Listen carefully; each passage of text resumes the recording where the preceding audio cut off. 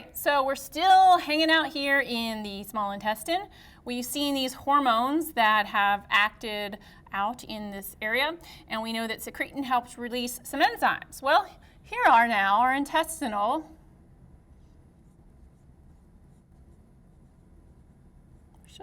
just one L there, one I there, sorry about that, enzymes.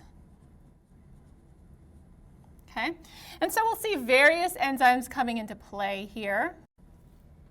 These intestinal enzymes include amylase, lipase, and protease. And so we've seen this already.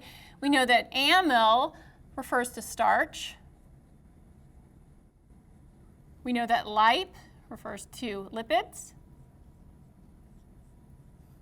And pro relates to protein. Okay, so very simply, we see these intestinal enzymes going to digest our starches, our lipids, and our protein. And this is where most enzymatic digestion takes place.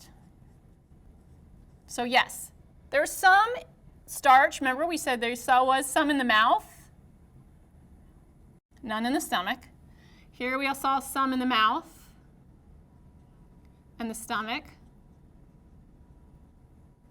And with protein, because of pepsin and hydrochloric acid, we saw some in the stomach.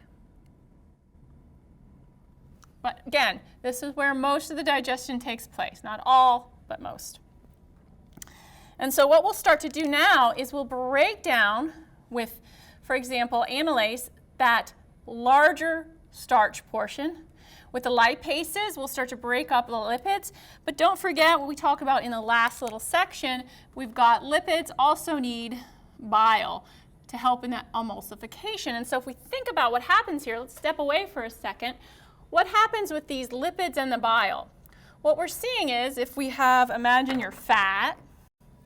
So you ate a big slice of cheese, and there's my rendition of cheese. All right, got a little Swiss cheese.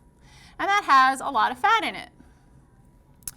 No matter how much you chew that up, that's going to break down into that aqueous environment, kind of into a big glob.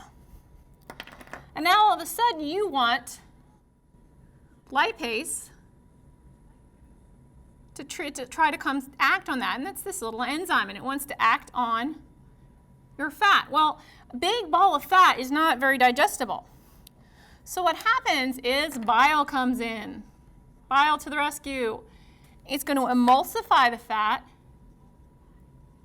into smaller droplets that lipase can now act on and digest. And so that's how we'll start breaking down these lipids. We'll also see some complexities coming up next in the breakdown of proteins.